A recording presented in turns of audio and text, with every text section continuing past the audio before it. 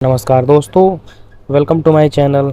इस वीडियो में आप सभी को बताने वाला हूं एमएस वर्ड के रिव्यू टैब के बारे में। रिव्यू का मतलब ये होता है कि जो चीज़ आपने बना रखा है उसको दोबारा रिव्यू मतलब दोबारा देखना, दोबारा चेक करना। इसमें सबसे पहले आपको देखने को मिलेगा प्रूफिंग में स्पेलिंग एंड ग्रामर। इसका काम क्या होता है कि जैसे मान लीजिए आपने कोई एक वर्ड लिखा, तो आप ध्यान देंगे कभी कभी आपको उस वर्ड के नीचे रेड कलर का एक अंडरलाइन देखने को मिलेगा, जिसको मैं जूम करके आपको दिखा रहा हूँ। तो जब रेड अंडरलाइन आएगा तो उसको आप स्पेलिंग मिस्टेक समझिएगा, और कभी कभी ग्रीन अंडरलाइन आएगा तो ग्रीन अंडरलाइन को ग्रामर मिस्टेक कहा जाता है। तो आप उसको सेलेक्ट करके स्पेलिंग एंड ग्रामर में जाएंगे तो आप देख सकते हैं कि इससे रिलेटेड यहाँ पे आपको सजेशन देखने को मिलेगा। यदि आप इस वर्ड से रिलेटेड यहाँ पे कुछ सजेशन लेना चाहते हैं तो इसको आप यहाँ पे जाके चेंज कर सकते हैं।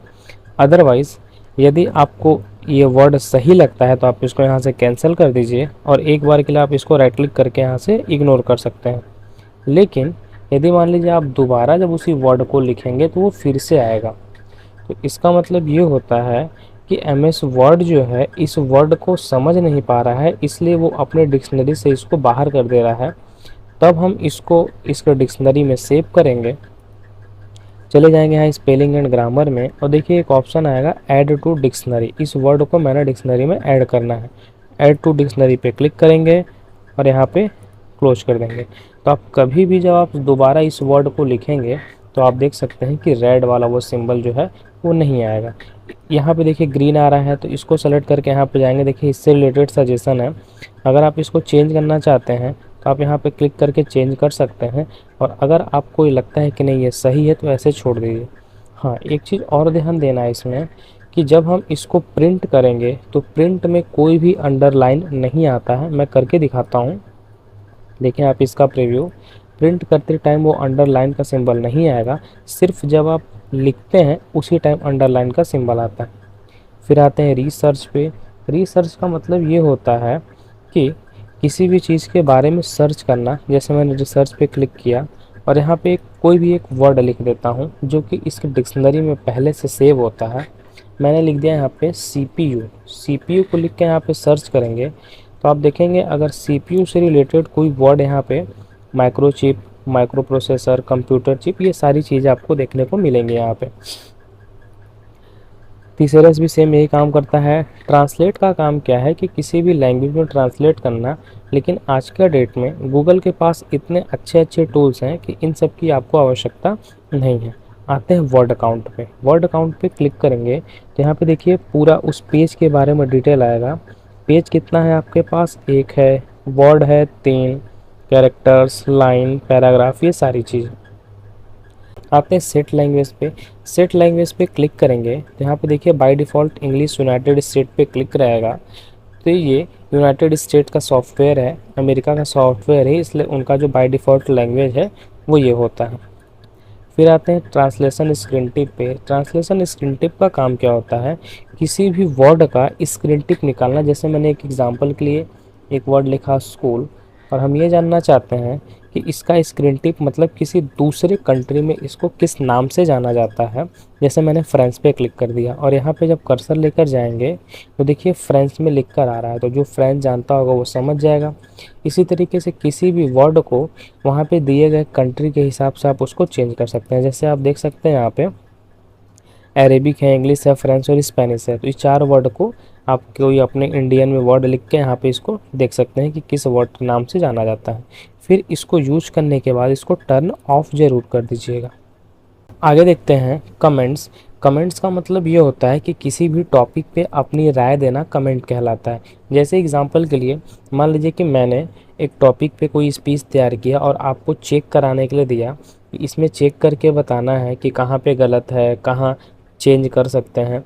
तो जब आप अपनी राय देंगे उस पर तो उसे कमेंट कहा जाएगा। तो जैसे कि एग्जांपल के लिए अगर मैंने इस वर्ड पे क्लिक किया और हम इस वर्ड के बारे में कुछ बोलना चाहते हैं तो यहाँ पे न्यू कमेंट पे ऐसे क्लिक कर दीजिए। तो यहाँ पे देखिए ऑप्शन आ जाएगा, आप इस वर्ड के बारे में कुछ भी लिख सकते हैं। जैसे मैंने लिख दिया कि गुड वर्ड।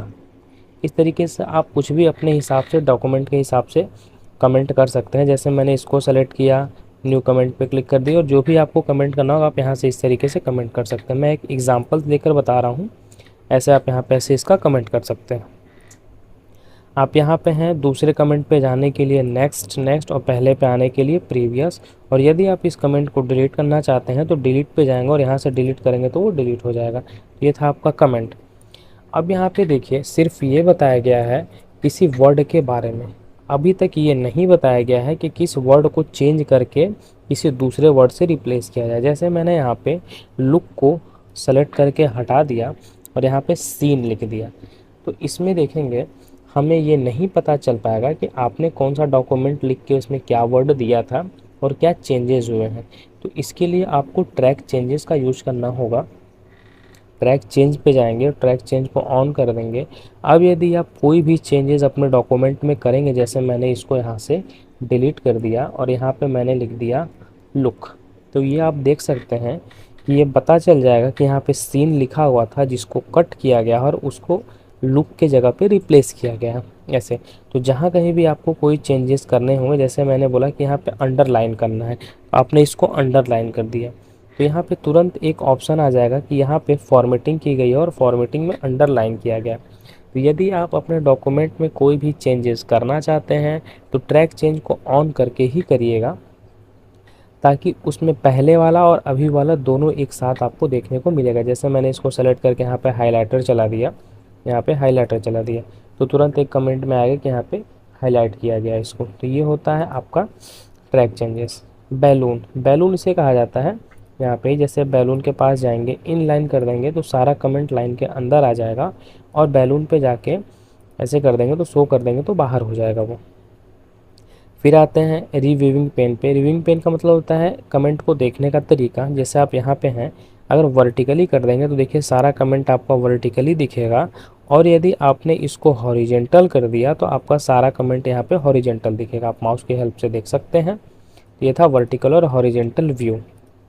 फिर आते हैं शो मार्कअप पे। शो मार्कअप पे जाएंगे, जैसे देखिए यहाँ पे सारी चीज़ें टिक की गई हैं। अगर यहाँ से जिन चीज़ों को हटा दिया जाएगा तो वो फिर आपको उस डॉक्यूमेंट में नहीं दिखेगा। फिर ये डॉक्यूमेंट जिसको देना होगा आप उसको देकर और ये ज़रूर बता देंगे कि मैंने इसमें कमेंट भी किया है, फॉर्मेटिंग भी की है। तो जब वो डॉक्यूमेंट अपने यहाँ पे खोलेगा, फॉर्मेटिंग पे क्लिक करेंगे तो देखिए यहाँ पे जो जो फॉर्मेटिंग की गई होगी सारी चीज़ यहाँ पे दिख जाएंगी, जो जो कमेंट किया गया होगा वो सारी चीज़ यहाँ पे शो हो जाएंगी। फिर आते हैं, जैसे कि ओरिजिनल कॉपी आपको ऐसा मिला होगा, इसमें चेंजेस करने के बाद वो ऐसा हुआ। फिर ओवरऑल इसकी एक जो फाइनल कॉपी बनेगी वो फाइनल कॉपी ये है, कहाँ पे क्या चेंजेस हुए हैं, कहाँ पे हाईलाइटिंग किया गया, तो वो सारी चीज़ें आपको यहाँ पे देखने को मिलेंगी।